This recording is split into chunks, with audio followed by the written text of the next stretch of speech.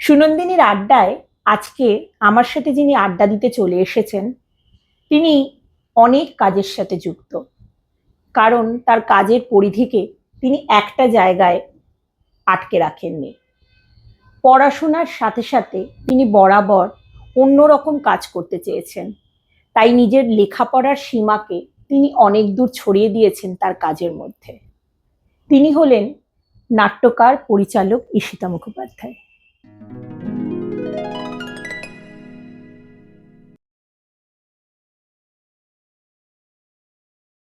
ঈশিতাদি, প্রথমেই যেটা জিজ্ঞেস করছি সেটা হচ্ছে যে তুমি যাদবপুর বিশ্ববিদ্যালয়ে তুলনামূলক সাহিত্য নিয়ে পড়াশোনা করেছো। সাধারণত যাদবপুরে যারা পড়াশোনা করে তাদের প্রত্যেকেরই একটা ইচ্ছে থাকে যে কলেজে থেকেও যারা আসে বা যাদবপুরে স্পেশালি যারা পড়ে যে তারা পরবর্তীকালে শিক্ষকতাতে যোগ দেবে। তা তোমার কি সেরকম কিছু ইচ্ছে ছিল? না ছিল, কারণ আমি ডক্টরেটও করতে শুরু করেছিলাম। আমার কিছু এগিয়েও গিয়েছিল ডক্টর মানবেন্দ্র বন্দ্যোপাধ্যায়ের আন্ডারে। তো তারপর আমি দেখলাম যে আমি পড়ানোটা বোধহয় একটু বোরিং লাগবে আমার কাছে। একই সিলেবাস বারবার আমি হয়তো একটু মজা পাবো না, কারণ অলরেডি তখন আমি থিয়েটারের সঙ্গে যুক্ত হয়ে গেছি। আর থিয়েটারে তো একটা নগদ বিদায় থাকে। তুমি যে মুহূর্তে শো করছো তুমি বুঝে যাচ্ছ যে এটা পৌঁছলো না। একটা এক্সাইটমেন্ট থাকে, প্রচুর মানুষের সঙ্গে ইন্টারাকশন হয়, টেকনিশিয়ান থেকে শুরু করে অভিনেতা, দর্শক। ফলে ওই যে একটা সামাজিক এক ধরনের বন্ধন, সেইটাতে আমি বেশি মজা পাচ্ছিলাম। তখন ডক্টর মানববাবু আমাকে বললেন যে তুমি যদি না পড়াও তাহলে সময় নষ্ট করো না, পিএইচডি করে ড্রপ করে দাও। তারপরে আমি একটি কলেজে 3 মাস লিভ ভ্যাকেন্সিতে আমার এক বন্ধুর ইংরেজি পড়িয়েছিলাম, কিন্তু আই ডিডন্ট এনজয়। তো আমি দেখলাম যে পড়াশোনাটা আমার ব্যক্তিগত গ্রোথের জন্য দরকার, এবং আমি যখন ওয়ার্কশপস নিচ্ছি বা কাজ করছি, নাটক লিখছি, নাটক নিয়ে ভাবছি, এই পড়াশোনা আমার তো সঙ্গে থাকলো। তো প্রবন্ধ লিখছি বা কোনো লেকচার দিচ্ছি, তখন আমার পড়াশোনার সীমা তো বাড়াতেই হচ্ছে। লেখাপড়া আমি ছেড়ে যাই না, আমি ভোরেশাস রিডার, আমি খেতেও বসি বই নিয়ে। যাদবপুর ইউনিভার্সিটিতে পড়ার সেই সব দিনগুলো আর আজকের যাদবপুর ইউনিভার্সিটির যে ছবি আমরা দেখতে পাচ্ছি, রাজনীতিগত দিক থেকে বলো, সমাজের দিক থেকে বলো, একটা বিশাল পরিবর্তন। তোমার কাছে কিরকম লাগে? আমি এই মুহূর্তের যে সত্যিকারের বাস্তব ছবিটা আমি জানি না, এই জন্যে যে শুধু খবরের কাগজ পড়ে একটা যাদবপুর ইউনিভার্সিটির ছেলে মেয়েদের এবং শিক্ষকদের একটা একতরফা বিচার করা যায় না। আমি যখন ছিলাম সে কথা বলতে পারি, আমাদের যাদবপুরে আমরা we had best of professors possible কম্পারেটিভে। নবনীতা দেবসেন, প্রণবেন্দু দাশগুপ্ত, মানবেন্দ্র বন্দ্যোপাধ্যায়, অমিয় দেব, নরেশ গুহ, পাপ্পাদা মানে বুদ্ধদেব বসুর ছেলে শুদ্ধশীল বসু, তারপরে তোমার কে নন মানে নেম এনি। তো এদের কাছে আমাদের হাতে খড়ি হয়েছে সাহিত্যকে ভালোবাসা, এবং প্রফেসর কম, বন্ধু বেশি, আর অসম্ভব আবদার ছিল আমাদের এদের প্রতি। এরকমও হয়েছে পড়াশুনো করিনি, পরীক্ষা আমরা সোজা নমিতা মাসি বলতাম, কারণ বাবাদের বন্ধু বান্ধবীরা ছিলেন। প্রণবেন্দু দা, তার বাড়ি, মানবেন্দ্র বাবু, তার বাড়ি মাঝরাত্রে পোস্টার লাগাতে গেছি নাটকে, চলে গেছি 12:30 সময়, স্যার কফি করে খাওয়ান, দিব 4টে অব্দি আড্ডা হচ্ছে। তো এই যে একটা মুক্ত মনে র্যাডিক্যাল হিউম্যানিস্ট একটা আবহে আমরা বড় হয়েছি, সেইটা আমাকে ভীষণ, আমার মনে হয় যাদবপুরের এখনকার রাজনীতি যাই হোক, ছেলেমেয়েরা আমি জানি না, মাঝে মাঝে তো তারুণ্যের উৎসাহ একটু বেশি করে ফেলে, কিন্তু তাহলেও যাদবপুরের যে মেটাল, সেটা এত সহজে নষ্ট হয়ে ঝরে যেতে পারে না। রাজনীতির কথা যখন আসলো, আমরা রিসেন্টলি আমাদের ভোটের রেজাল্ট বেরিয়েছে, আমরা একটা পরিবর্তন পেলাম, মানে রাজনীতির একটা পরিবর্তন। এই পরিবর্তনটা তুমি একজন নাট্যকর্মী, একজন সমাজের সচেতন মানুষ হিসেবে কিভাবে দেখছো? এক্ষুনি তো বলা মুশকিল, কারণ প্রথমে এসেই যে তোড়জোড় দেখছি, সেখানে এখনো পর্যন্ত থিয়েটার সম্বন্ধে কোনো স্পষ্ট রূপরেখা আমরা পাইনি, কারণ এখনো সমস্ত বডিগুলোকে তো স্বাভাবিক ভাঙা হয়েছে, গড়তে সময় লাগবে। তো আশা তো করব, আমরা তো সাধারণভাবে আশায় বাঁচে চাষা, আশা তো করতেই হবে।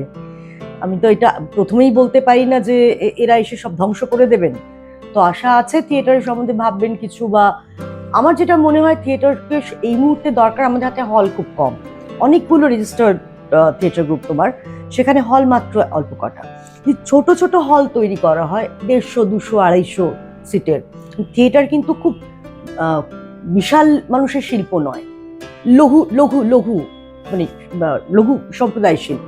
প্রচুর মানুষ যেরকম ভাবে মেলায় যান বা একটা কমার্শিয়াল ফিল্ম দেখতে যান, সেভাবে মানুষ থিয়েটারে আসেন না। থিয়েটারে আমাদের ওটাই শক্তি আর ওটাই আমাদের দুর্বলতা, যে আমাদের খুব একটা ক্লোজ ছোট অডিয়েন্স রয়েছে, মাস অডিয়েন্স নয়, ক্লাস অডিয়েন্স। আমি তো শ্রদ্ধা করি। তো 150, 200 বেশি মানুষ এসে থিয়েটার যদি নাও দেখেন, অসুবিধে নেই। ছোট ছোট ইন্টিমেট স্পেস তৈরি হোক, যেটা সরকার দেখবে। এবং থিয়েটার এমন একটা শিল্প, থিয়েটার শুধু বলে নয়, যে কোনো ললিত কলা, তার একটা স্পন্সরশিপ লাগে, তার প্যাট্রনেজ লাগে, যেটা আগে রাজা মহারাজারা দিতেন। কারণ না হলে শিল্প শুধু হাওয়া খেয়ে বাঁচতে পারে না। তার স্টেটের দায়িত্ব হচ্ছে এগুলো করা, কারণ স্টেটের তো সময় নেই সাহিত্য শিল্প করবার, তার অন্য 5 রকমের প্রশাসনিক কাজ থাকে, তাদের হয়ে কাজগুলো আমরা করে দিচ্ছি। তো সেইখানে আর তো জানোই কথাটা আছে, nation is known by its theatre. তো সেইখানে দাঁড়িয়ে আমরা দাবি করতেই পারি যে এই শিল্পকে বাঁচিয়ে রাখার জন্য, নাট্যকর্মীদের কিছু চিন্তা লাঘব হওয়ার জন্য কিছু ভাবুন।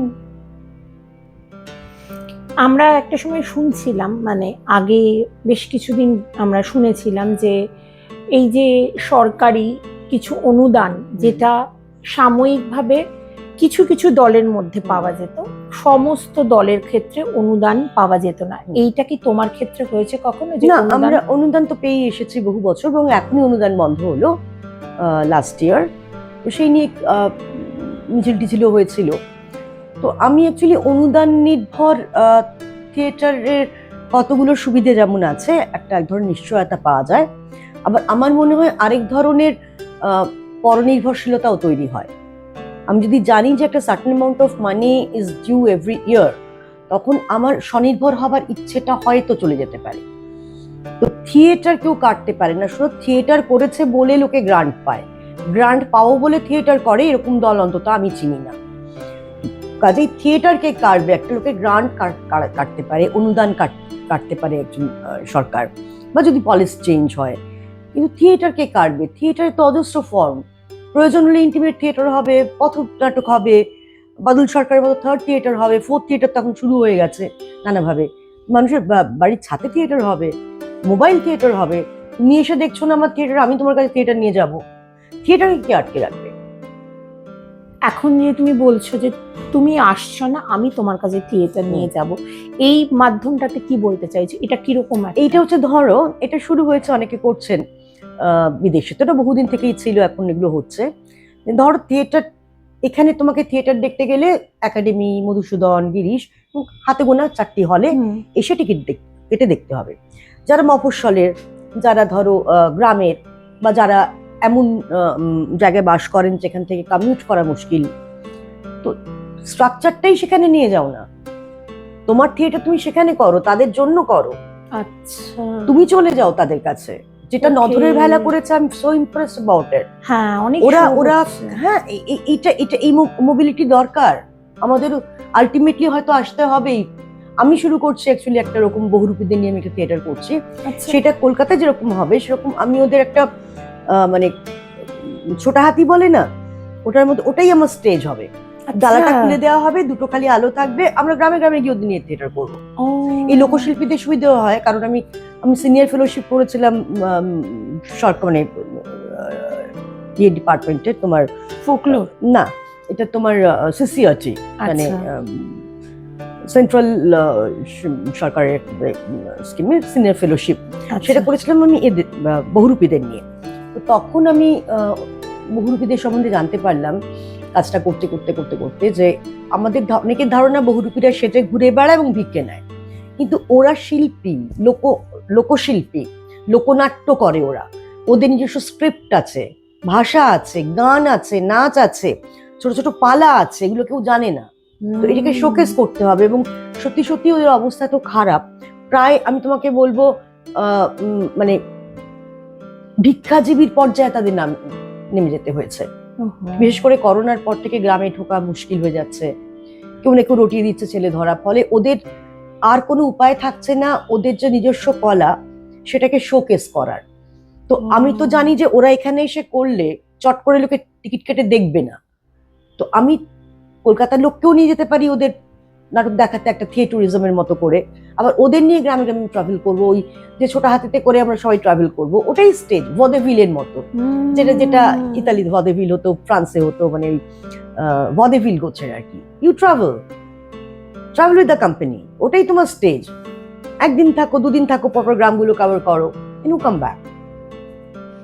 এই যে তুমি নাটকে এই ধরনের যে চিন্তা ভাবনা তোমার, প্রথমেই যেটা জিজ্ঞেস করা সেটা হচ্ছে যে এই চিন্তা ভাবনাগুলো কি তুমি যখন নাটক করতে এসেছিলে তখন এইরকম তোমার মানসিকতা ছিল, নাকি তোমার নাটকে আসা কিভাবে এবং এই যে তোমাকে নিজেকে গ্রুম করা এটা কিভাবে করলে? অ্যাকচুয়ালি আমি নাটকে আসার কথা নয়, আমাদের বাড়ি হচ্ছে একেবারে সংবাদপত্রের বাড়ি, এবং আমি বড় হয়েছি সব মানে সাহিত্যিকদের কোলে পিঠে আর কি। সুনীল গাঙ্গুলি, শক্তি চট্টোপাধ্যায়, সমরেশ বসু, কাকু জেঠু, জানতাম না তখন যে এরা কোন মাপের, সমরেশ জেঠু, সমরেশ বসু। তো আমাদের বাড়িতে পুরোটাই ছিল মানে সাহিত্য ভিত্তিক, সাংবাদিক হব বা লেখালেখি জগতে থাকবো বা পড়াবো, মানে ওরকম। তো থিয়েটারে আসা হচ্ছে যাদবপুরে। যখন আমি ভর্তি হলাম তখন মালিনী ভট্টাচার্য, মালিনী দি হঠাৎ আমাকে ডেকে বললেন যে আমরা মেয়ে দিলে সাজিয়ে বলে একটা নাটক করি, সেটা পণ বিরোধী নাটক, তুমি অভিনয় করো। করলাম, লোকের ভালো লাগলো। ইন্দ্রাশিস লাহিড়ী আমাকে বললো চল ড্রামা ক্লাবে জয়েন করবি, যেরকম হয় বন্ধু বান্ধবী। ড্রামা ক্লাবে জয়েন করলাম, পরপর দু একটা ফেস্টিভ্যালে গিয়ে বেস্ট অ্যাক্ট্রেস পেয়ে আমার তো ভীষণ গলা, মানে একদম কলার বেড়ে গেল যে আমি বিশাল অভিনেত্রী, মানে আমি দারুণ ফাটিয়ে দেবো স্টেজে নামলে। তখন আস্তে আস্তে আমি থিয়েটার দেখতে শুরু করলাম। তখন মায়া ঘোষের অভিনয় দেখছি, আমি সীমার অভিনয় দেখছি, সুরঞ্জনার অভিনয় দেখছি, তৃপ্তি মিত্র তো ছেড়ে দিলাম, মানে দেখেইছি আগে।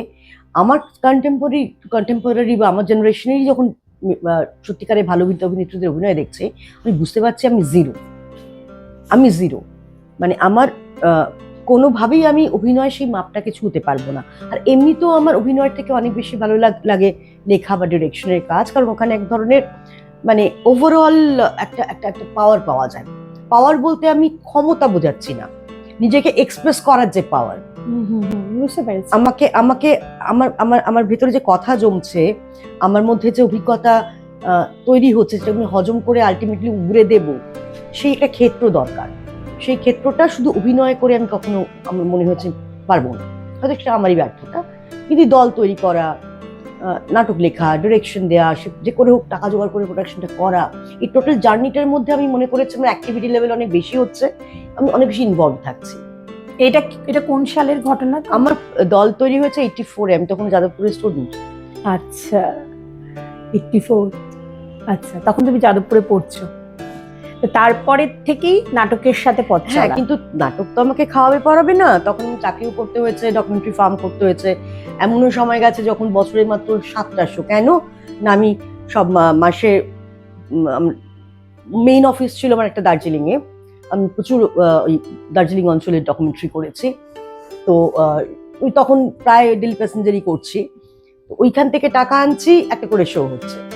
আস্তে আস্তে সেই ফেজটা গেছে, কিন্তু ওই ফেজটাতে আমি খুব আমি গর্বিত ওই ফেজটার জন্য, এবং আমি মনে করেছি যে ওই ফেজটা দরকার ছিল, কারণ এই স্ট্রাগলটা না করলে থিয়েটারে আদ্যপান্ত, রান্নাঘর থেকে থিয়েটারে শোবার ঘর, বসার ঘর, এগুলো সব থাকে একটা জায়গায়। আমি শুধু বসার ঘরেই বাস করতাম যদি আমি স্ট্রাগলটা না করতাম। আমি রান্নাঘরটা দিয়ে শিখতে পেরেছি থিয়েটারের, ভাড়ার ঘরটা বুঝতে পেরেছি, থিয়েটারের ইকোনমিটা একেবারে কঠিনভাবে বুঝতে পেরেছি, নিজে মানে রাস্তাটা খনন করতে করতে। তার জন্য আমি স্ট্রাগলটার কাছে জীবনে প্রেম কি কলেজে পড়ার সময়? প্রচুর স্কুল থেকে প্রেম করতে শুরু, তারপরে যখন প্রেমটা থামলো কি সুভাষিসদার সাথে? বিয়ে হলে প্রেম থেমে যায়, বিশ্বাস করি। ও আচ্ছা, তাহলে একটু বলো, মানে তোমার এই প্রেম জীবনের কথাটা একটু বলো। নিজের কাছেই নিজে সবসময় বলি না। আচ্ছা, মজা করছি। প্রেম তো একটা অ্যাফেয়ার, আর প্রেম তো এক নয়। কত প্রেম রবীন্দ্রনাথের প্রতি সাংঘাতিক প্রেম। আমি খুব ভালো, ধর শহীদ পারভেজ যখন বাজান, তখন তো আমি তার প্রেমে পড়ে যাই। তো এগুলোকেও তো প্রেম বলবো। একদমই তাই। তাই না? তো না, এমনি তো আমি মনে করি যে বিয়ে মানেই একটা মানুষের সঙ্গে মানুষের সম্পর্ক, সেটা একটা অন্য সামাজিক একটা আলাদা কম্পার্টমেন্ট। কিন্তু একজন মানুষকে ভালো লাগার মধ্যে, সুভাষের যদি কাউকে ভালো লাগে, আমার যদি কাউকে ভালো লাগে, এই মনের উপর কন্ট্রোলটা কোনো মানুষের থাকার কথা নয়। কারণ আমি জন্মসাথী, যতক্ষণ পর্যন্ত না আমি তোমাকে পাবলিকলি হার্ট করছি কিংবা সামাজিক সম্মানের দিক থেকে একটা ভুল পদক্ষেপ নিচ্ছি, ততক্ষণ পর্যন্ত আমার অধিকার আছে কারো গুণ, কারো ইন্টারেস্টিং ক্যারেক্টার যদি হয়, তার রসবোধ থাকে, তার আমাকে ভালো লাগার অধিকার আছে, আমার তাকে ভালো লাগার অধিকার আছে। উভয় তো সত্য, সুভাষের ক্ষেত্রেও সত্য, আমার ক্ষেত্রেও সত্য। আমি ওই ওই ধাঁচাটাতে বিশ্বাস করি। খুব সুন্দর বললে। এটা সাধারণভাবে এরকম ভাবে সহজে বলতে পারে না, এটা বলি মানে বিশ্বাস করি দুজনের ক্ষেত্রে এটা। আর আমার সেন্স অফ পজিশন বলে কিছু নেই। আমি কোনদিন সুভাষকে ফোন করে জিজ্ঞেস করিনি যে কোথায় আছো, দেরি হচ্ছে কেন। আমার মনেই হয় না যে একটু কাজে গেছে, ম্যাচিউরড মানুষ, তার নিজস্ব বিনোদনের জায়গা থাকতেই পারে, আমারও আছে। এবং ইটস দুজনকে পরস্পরকে রেসপেক্ট করে তবে তো আমরা এই কম্পার্টমেন্টস তৈরি করছি। কেউ যদি বলে যে আমি, আমার স্বামী, আমার ছেলে, আমার মেয়ে, আমার মা, আমার বাবা, এইটুকু হচ্ছে আমার আবেগ প্রকাশের জায়গা, তাহলে সে নিজেকে বদ্ধ করে রেখেছে, একদম নিজেকে খুলতে পারছে না, চাইছে না। অনেক বড়, কত বড়। ঘুরতে ভালোবাসো? আমরা সোলো ট্রাভেল করি, তো বছর আগে কাজাখস্তানে একা ঘুরে প্রচুর সোলো ট্রাভেল করি। আচ্ছা, আর তোমার মানে নাটক ছাড়া আর কি করতে ভালো লাগে? মানে অন্যদিকে লাগে না বলো? আমি না ভীষণ মানে কি বলবো, ছড়িয়ে থাকা পাবলিক। আমি অসম্ভব গাছ গার্ডেনিং করতে ভালোবাসি, রান্না করতে ভীষণ ভালোবাসি, আমি ঘর সাজাতে ভীষণ ভালোবাসি, আমি আড্ডা মারতে, আমাদের বাড়ির আড্ডা তুমি জানো, মানে আমরা, লোকে বলে যে ওদের বাড়িতে ঢোকাটা আমাদের হাতে, বেরোনোটা আমাদের হাতে। 4:30, 5টা, 5:30 অব্দি আড্ডা চলে এখনো। বাহ, খুব সুন্দর। এই আড্ডা ছাড়া আমরা বাঁচবো না। আর তোমার নাটকের দলের কাজ তো চলতেই থাকে, সারা বছর চলতে থাকে। থিয়েটার একটা দলের কাজ, যে সাংগঠনিক কাজ যে কত থাকে না, সেটা দলের ভেতরে না থাকলে বোঝা যায় না। মানে শুধু অভিনেত্রী যারা, তারাও বোঝেন না অনেকেই, যদি না দলের সঙ্গে একটা জানতে সারা বছর ধরে দলের কাজ। নাটক ছাড়া কি আর কোনো মাধ্যমের সাথে তুমি কাজ করো? না, মানে আমি আগে করেছি, কিন্তু আগে যখন ডকুমেন্টারি ফিল্মস রেগুলারলি করতো, তারপরে দেখলাম থিয়েটারটা টাচ আস্তে আস্তে আস্তে আমাকে গ্রিপ দিচ্ছে, আমি হোল টাইম এখানে হতে পারি।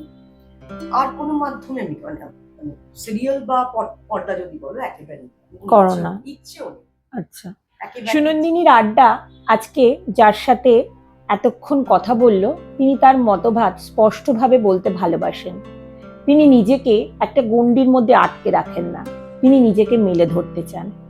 খুব ভালো লাগলো ঈশিতাদি, এই ছোট্ট পরিসরে অনেকটাই তোমার কাছ থেকে জানতে পারলাম। আবার হয়তো কোনো আড্ডায় তোমার কাছ থেকে আরো কিছু জানতে পারবো। আমারও খুব ভালো লাগলো, কারণ তুমি সুন্দর প্রশ্ন করলে, যে প্রশ্ন করলে উত্তর দিতে ভালো লাগে সেরকম প্রশ্ন করলে। তোমাকে অনেক ধন্যবাদ।